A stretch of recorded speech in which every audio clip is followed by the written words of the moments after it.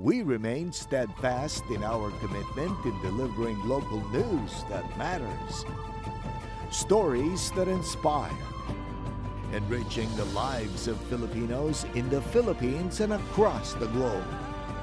This is your GMA Regional TV.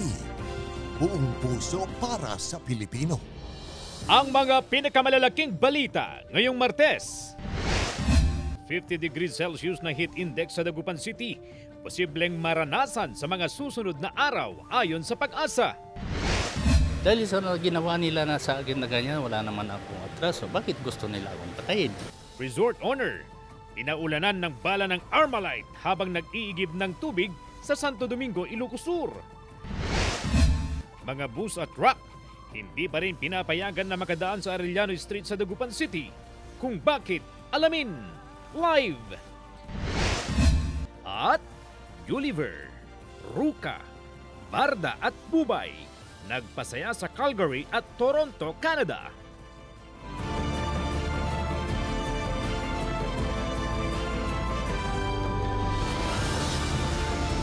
Ito ang GMA Regional TV 1 North Central Luzon. Masantos siyang aram na imbag gamale maya pagat panapon kapuso. Narito na ang 1 North Central Luzon. Hatid namin ang mga pinakamalaki at pinakahuling balita sa Hilaga at Gitnang Luzon. Live mula rito sa GMA Dagupan Station, ako po si Chris Zuniga. Mga kapuso, posible pang tumindi ang init na nararanasan sa Pangasinan at ilang bahagi ng bansa ayon sa Pag-asa. Sa Dagupan City, baka umabot pa raw sa 50 degrees Celsius ang heat index. May detalye si Jasmine Gabriel Galban. Dalawang anak ni Mang Michael na nag-aaral sa Dagupan City. Madalas daw sumakit ang ulo ng kanyang mga anak dahil sa mainit na panahon, kung minsan nahihilo rin. Malaking bagay raw ang pagsuspindi ng face-to-face classes. Okay na rin yung po, ma'am. Dahil din po sa mga bata. Sa monitoring ng Pag-asa, 47 degrees Celsius ang pinakamataas na heat index na naitala sa Dagupan ngayong dry season. Naitala ito noong March 27. Pero ayon sa Pag-asa, posibleng pumalo pa sa 50 degrees Celsius o higit pa ang init factor sa mga susunod na araw. Nasa bungat pa lang o sa mid pa lang tayo ng tinatawag na yung tag-inod o dry season. Kung bakit daw madalas maitala ang mataas na heat index sa Dagupan City, unang-una, ayon sa Pag-asa, dahil sa pagiging coastal area ng syudad. Wala na rin daw masyadong puno sa lungsod. Idagdag pa na halos konkreto ng lahat ng kalsada sa syudad, kung saan sumisingaw ang init kapag tinamaan ng araw. Dahil sa mainit na panahon, patuloy na pinag-iingat ng Health Authority ang publiko. Sa ngayon, wala pa naman daw natatalang kaso ng heat stroke sa Pangasinan. Pinapayuhan ng publiko na iwasang ma-exposed sa matinding sikat ng araw sa pagitan ng alas 10 ng umaga hanggang alas 3 ng hapon. Ugaliin din ang pagsusuot ng preskong damit. Kasama si Daryl Peralta, Jasmine Gabriel Galban, 1 North Central Luzon. Nasisira na rin ang ilang tanim na pakwan sa Bangaldan, Pangasinan dahil sa matinding init ng panahon. Sundan sa ulat ni Joan Punsoy. Isinalansan ng magsasakang si Cardo ang mga aning pakwan sa Mangaldan, Pangasinan. Hinihiwalay ang mga may magandang kalidad para madaling mapresyuhan. Apektado raw ang kalidad ng ibang pakwan dahil sa epekto ng mainit na panahon. Problema ko, logi ako eh. Baka hindi ako naibalik yung punan ko eh. Magkano ba pinuhanan niya, sir? 40 mil eh. Maliit lang yung binta dyan eh. Siyempre maraming reject. Makikita rin sa itsura ng prutas o ng pakwan itong ang kalidad nito. Gaya na lamang nito, nasa 75 days daw itong harvestable size. Kaya okay itong size nito. Isa pa, itong physical appearance o balat nga ng pakwan. Ibig sabihin daw ng good quality, dapat green lamang. Pero masasabi raw na hindi maganda yung kalidad kapag maliit itong size. 75 days na pero ganito pa lang yung size. Isa rin na hindi good quality, itong yellow sa balat. Ibig sabihin daw kasi nito na sobrahan itong init ng araw. Gaya raw sa tao, nagkaka-sunburn din itong mga prutas o pakwan.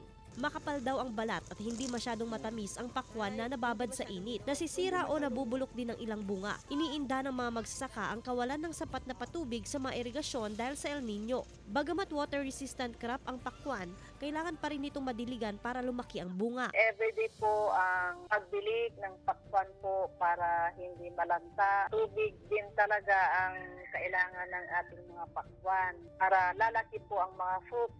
Bumabang presyo ng pakwan. Naglalaro ito sa 15 to 23 pesos per kilo. Maraming supply. Maraming nagtanim ngayon. Alam natin na pag maraming supply, bababa po ang presyo. Talagang yun ang trend niya ngayon. Pinag-aaralan na raw ng otoridad ang tulong na ibibigay sa mga apektadong magsasaka dahil sa El Nino. Kasama si Ron Alistair Taniedo, Joan Punsoy, One North Central Luzon. Samantala, hindi pa rin pinapayagan na makadaan sa Arellano Street sa Dagupan City ang mga bus at truck. Yan ang tinutukan live ni Jasmine Gabriel Galban. Jasmine? Chris, sa ngayon wala pang schedule kung kailan possible na buksan sa mga truck at bus ang Arellano Street. Pero sa oras doon na matapos ang konstruksyon ng kalsada ay bubuksan na rin kaagad sa mga heavy vehicles. Naiangat ng overpass sa bahagi ng Arellano Street sa Dagupan City. Bagamat inaayos pa, pwede na sanang dumaan sa lugar ang mga bus at truck.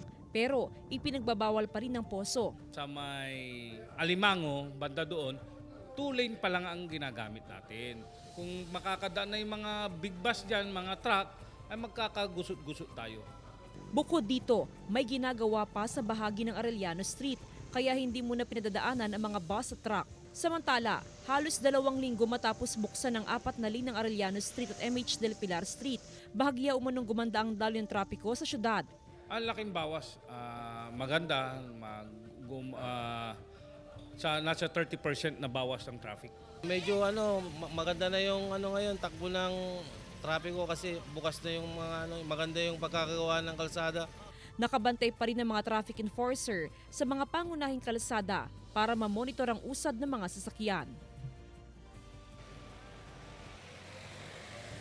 Chris, observation ng poso, malaking factor sa traffic decongestion sa lungsod ng Dagupan ay yung pagkakaroon ng mas maluwag na kalsada na from 2 lanes ay ginawa itong 4 lanes. Chris? Maraming salamat, Jasmine Gabriel Galban. Resort owner pinaulanan ng bala ng Armalite sa kanyang bahay sa Santo Domingo, Ilocos Sur. Nakaalerto si Ivy Hernando. Bakas pa ang takot sa retired seaman at may-ari ng resort na si Reynaldo Robiñol, 55 anyos, matapos paulanan ng bala habang nasa garahe ng kanyang bahay sa Barangay Calautit, Santo Domingo, Ilocos Sur. Nagkabutas-butas ang kanyang sasakyan dahil sa hindi bababa sa 10 tama ng bala mula sa M16 Armalite base sa basyon na na-recover ng SOCO. Abala raw siya sa pagdidilig ng halaman, linggo ng gabi April 7, nang umalingaw-ngaw ang putok ng baril at tumama sa bintana ng kanyang sasakyan.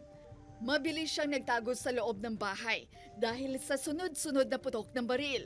Sa takot, kinaumagahan na raw siya nag-report sa mga pulis. Sa mga oras na yon, ma'am, wala na talaga sa isipan namin na ganun. Dahil dala na yung pagkasyat namin. Narinig ko doon banda talaga. Doon. Pero sabi nila, bakit meron pa dito? Ayan ang hindi ko po alam. 8 tama ng bala ang nakita sa kaliwang bintana ng sasakyan, kaya inaalam kung magkabilaan ang naging pwesto ng mga nasa likod ng krimen. May mga bakas rin ng tama ng bala sa pader at mga halaman. Ako talaga, ang gusto nilang target nila ako. Dahil sa ginawa nila na sa akin na ganyan, wala naman akong atraso. Bakit gusto nila akong patayin? Maaring siya ang target kasi yung direction ng pagkabaril niya doon mismo sa kanya. Hindi pa namin ma-establish kung ano yung totoong dahilan. Nagbigay ng seguridad sa pamilya ang PNP habang patuloy ang isinasagawang investigasyon. Kasama si Norman Raca, Ivy Hernando, One North Central Luzon. Pagtaas sa presyo ng mga produktong petrolyo sumalubong sa mga tsoper ngayong araw ng kagitingan. Sundan sa report.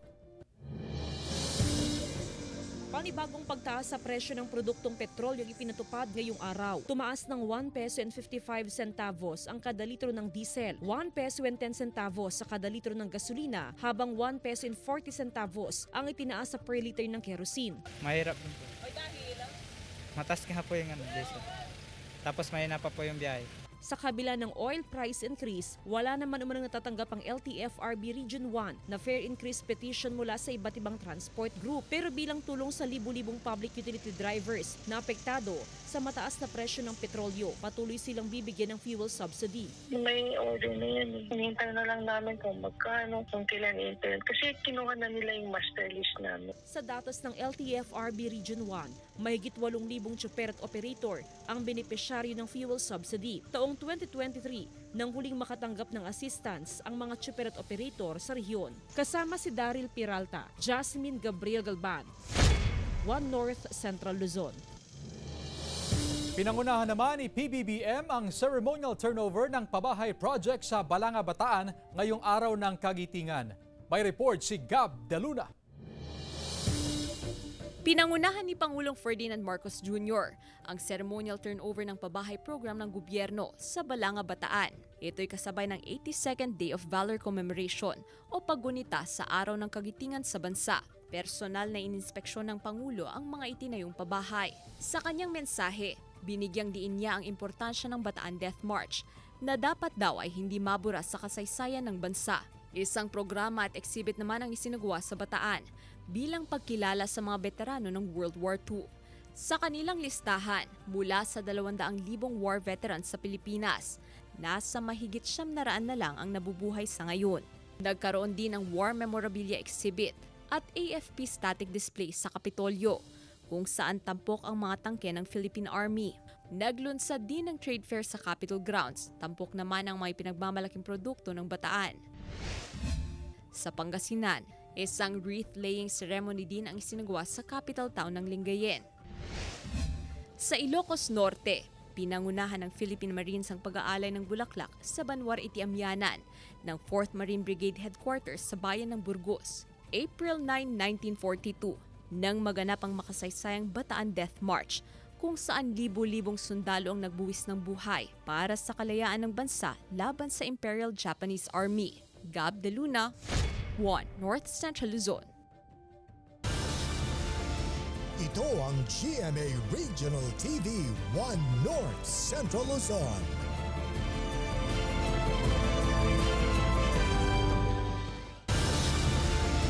Ito ang GMA Regional TV 1 North Central Luzon.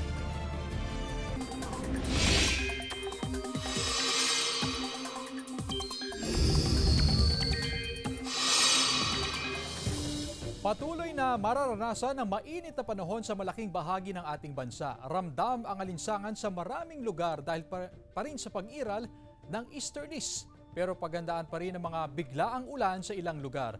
Base sa datos ng Metro Weather, mainit sa Northern at Central Luzon pero may tsansa ng ulan sa Ilocos Sur, Kalinga, Mountain Province at Ifugao.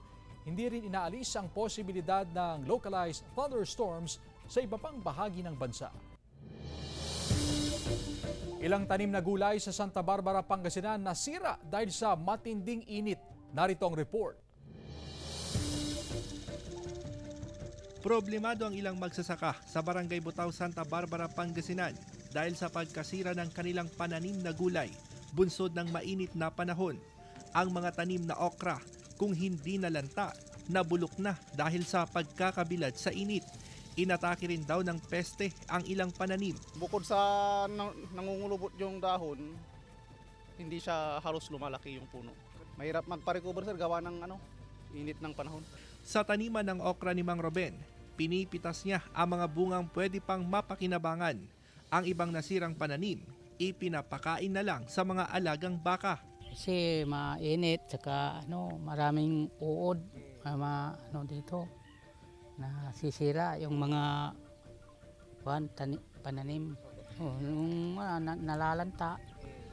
Tapos yung uod, kunti lang ang na kukuha na okra. Inaalam pa ng otoridad ang halaga ng pinsala sa agrikultura na dulot ng El Nino. Pero patuloy ang paalala sa mga magsasaka kung paano maibsan ang labis na epekto ng init sa mga pananim. I-monitor pa rin.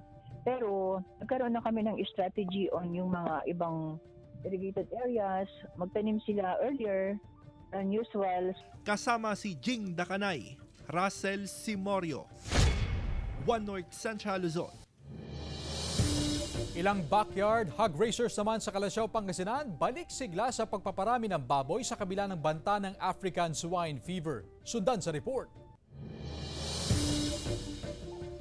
Hindi na lang pagsasaka ang pinagkakaabalahan ni Mang Salvador mula Barangay Sungkoy, Kalasyaw, Pangasinan.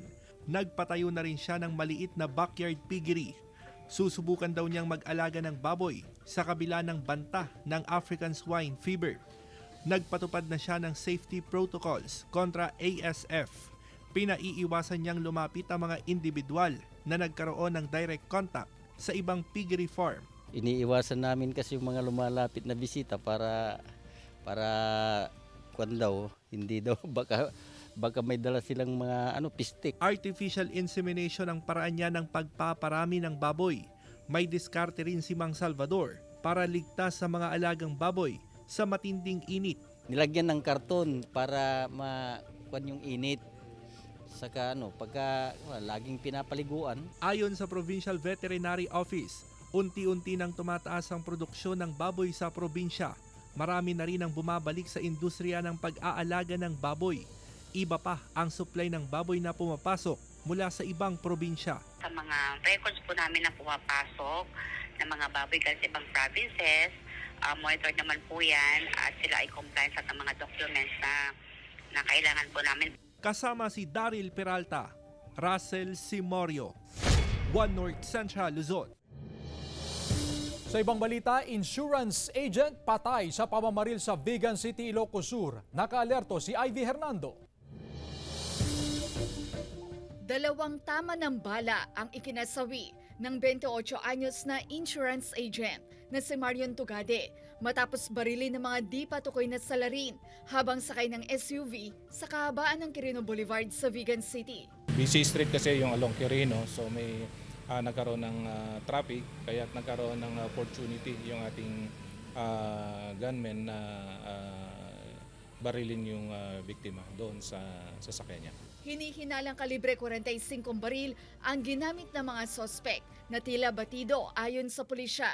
Based doon sa pag-sustain ng wounds doon sa victim, makikita natin na may capability and yung hindi naka-full close yung kanyang helmet at yun din yung way natin para makapag-provide pa tayo ng identity ng suspect. Ligtas naman ang isang kasama ng biktima ayon sa PNP. Sa ibinigay na litrato ng pulisya mula sa kuha ng CCTV, kita ang 2 lalaking sakay ng motorsiklo na itinuturong sospek sa pamamaril. Inaalam pa ang motibo sa krimen. Nagtungo ang news team sa tahanan ng biktima pero tumanggi muna ang pamilya na magbigay ng pahayag. Kasama si Norman Raka, Ivy Hernando, One North Central, Luzon. Samantala, pinara ng mga tauhan ng MMDA ang sasakyan at convoy ni dating Ilocos Sur Governor Chavit Singson dahil sa iligal na pagdaan sa EDSA bus lane kahapon na umaga. Tinikita ng mga driver ng 2 sasakyan at magbabayad sila ng tig 5,000 pisong multa. Sa isang video na in-upload ni Singson sa kanyang Facebook account, humingi siya ng paumanhin sa nangyari. Magbibigay pa nga raw siya ng pabuyang 100,000 pesos sa mga MMDA enforcer na humuli sa kanila. I'm very sorry at hindi sinasadya dahil nag-overtake daw yung driver. Hindi naman sa bus lane mismo, nag-overtake lang sa... Hindi nakasarayo kasi bukas, nag-overtake. Anyway, hindi dapat tularan. Binatilyo arestado sa drug buy-bust operation sa Dagupan City. Nakaalerto si CJ Turida. Isang 17 anyos na binatilyo ang nahuli sa drug buy-bust operation ng Dagupan City PNP sa Sitio Aling, Barangay Pantal sa lungsod. Isang police asset ang nagpanggap na buyer at nakabili ng 2 sachet ng hinihinalang shabu na nagkakahalaga ng 17,000 pesos. Dito naaresto ang lalaki na napag-alamang menor de edad at kasalukuyang grade 10 student. Itinurn over siya sa pangangalaga ng City Social Welfare and Development Office habang hinihintay ang disposisyon ng korte. Nagpositibo ang operasyon dahil daw sa tip ng concerned citizen. Sa Alaminos City, isang 52 anyos na lalaki naman ang hinuli matapos kumagat sa anti-illegal drugs operation. Kumpiskado sa kanya ang 17 gramo ng hinihinalang shabu na nagkakahalaga ng 115,000 pesos. Residente ng Bani, Pangasinan ng suspect na dumadayo raw sa lungsod para sa illegal drug trade. Inaalam kung sino ang mga sinusuplayan niya ng illegal na droga. CJ Torida, One North Central Luzon. GMA Sparkle artists nagpasaya sa kanilang show sa Calgary at Toronto, Canada. Narito ang report. Big success ang Sparkle Goes to Canada tour ng ating Kapusoy Stars. Sa Calgary leg, nagpakilig ang Sparkle Love teams na sina Julian San Jose at Raver Cruz, Ruru Madrid at Bianca Umali, at Barbie Forteza at David Licauco. All out din ang performance ni Bubay na nagbigay saya sa mga kapuso. May pre-show games mula sa sponsors, kabilang ang GMA Pinoy TV at front acts mula sa Filipino community sa Calgary. Dumalo rin sa show si Consul General Zaldi Patron. Sa sold-out na Toronto leg naman, magkahalong kilig, entertainment at all-out performances din ang ibinigay ng kapuso artists. Happiness overload naman dahil sulit ang pagdalo ng mga kapuso natin doon. Joan Punsoy, One North Central Luzon. Ito ang GMA Regional TV One North Central Luzon.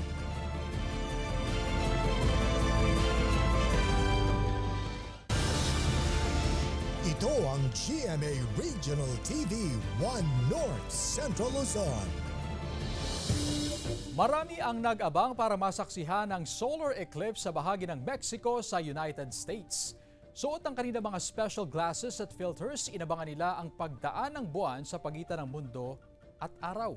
Dahilan para panandali ang mabalot ng dilim ang northern region ng Mexico. Ang pambihirang astronomical event na ito ay nakita maging sa 14 na state sa Amerika. Sa Indiana, napuno ng mga turista ang Indy 500 racetrack. Nakita rin ang solar eclipse maging sa Canada at Italia. Nangyayari ang total solar eclipse kada 1 hanggang 3 taon. Sa iba pang balita, pag-inom ng kape at soda hindi inirekomenda ng health authorities ngayong mainit ang panahon. Ang detalye sa ulat ni Joan Punsoy. Mahilig ka bang uminom ng kape kahit mainit ang panahon? Abay, hinay-hinay muna sa pag-inom nito.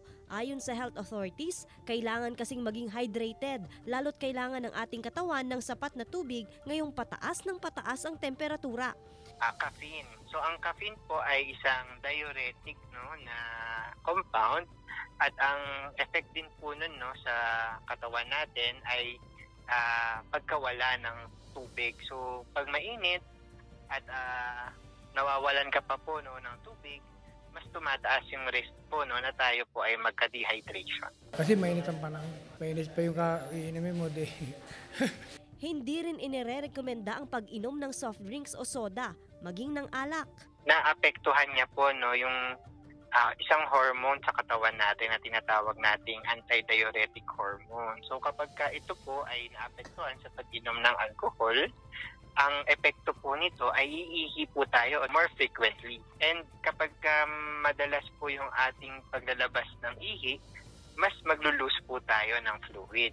Tubig pa rin daw ang pinakamainam na inumin. Mas maganda pa raw kung higit pa sa 7 o 8 baso ng tubig ang inumin sa kada araw. Kaya ang mga traffic enforcer sa Mangaldan, Pangasinan, tinitiyak na may supply silang tubig sa kada station. Tirik man ang araw, hindi raw pwedeng iwanan ang kakalsadahan. Kung sakaling hindi naman matraffic, ay sumisilong naman yung ating mga kasamahan. Ipinatutupad din ang 15-minute time interval at pagkakaroon ng reliever sa mga enforcer. Kasama si Ron Alistair Taniedo, Joan Punsoy, One North Central Luzon.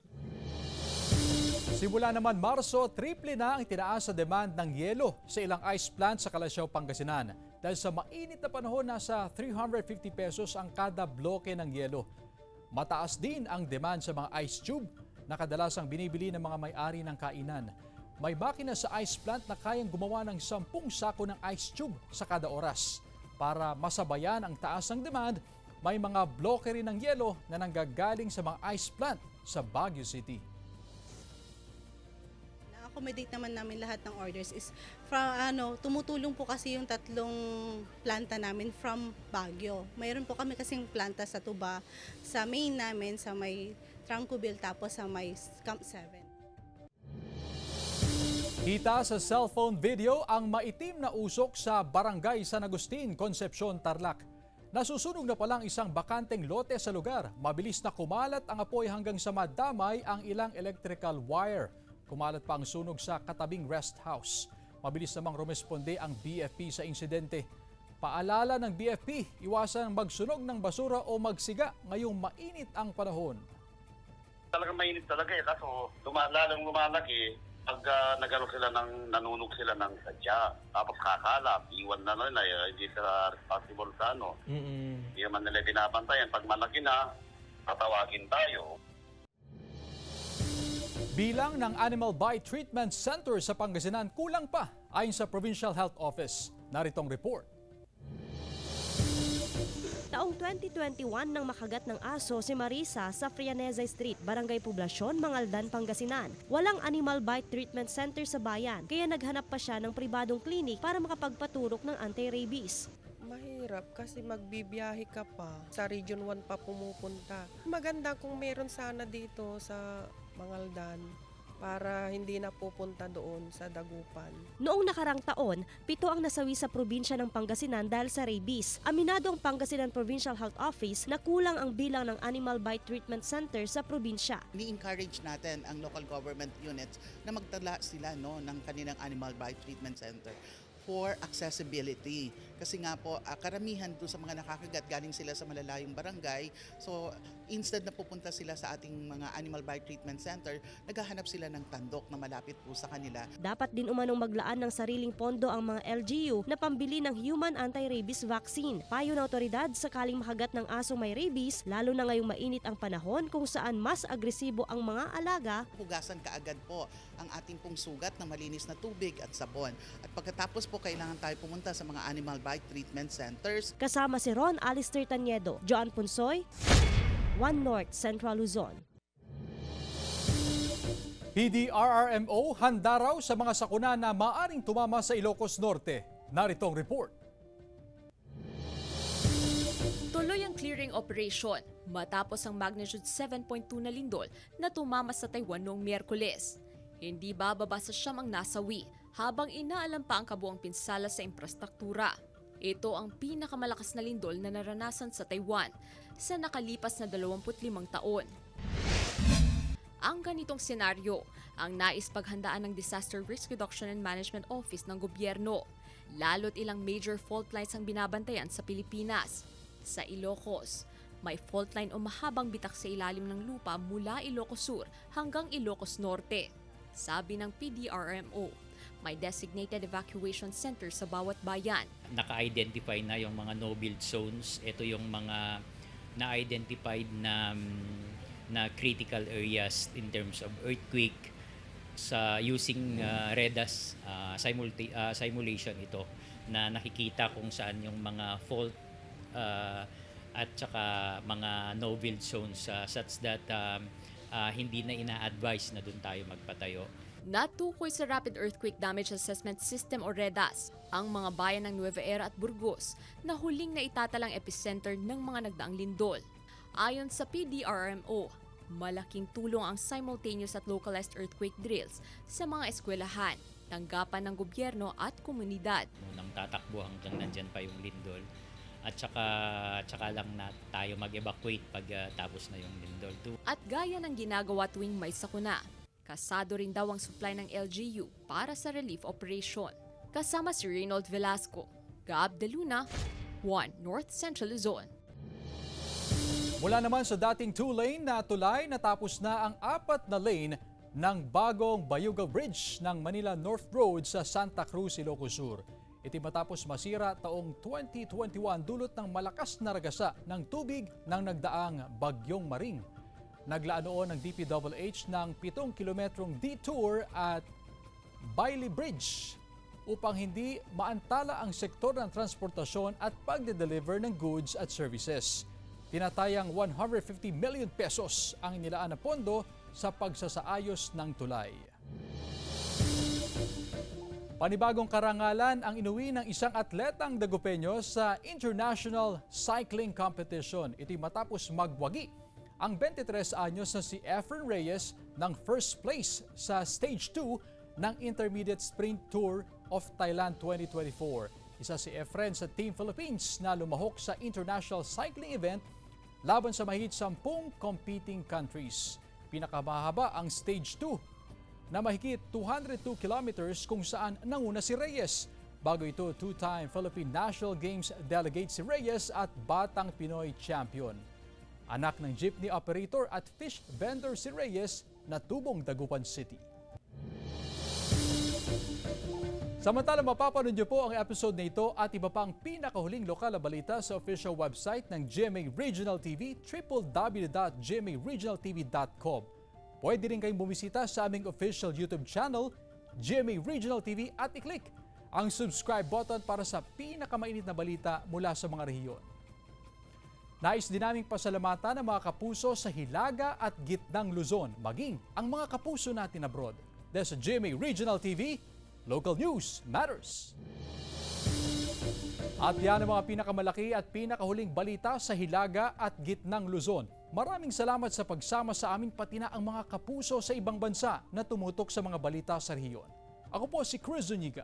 Kami ang GMA Regional TV, One North Central Luzon.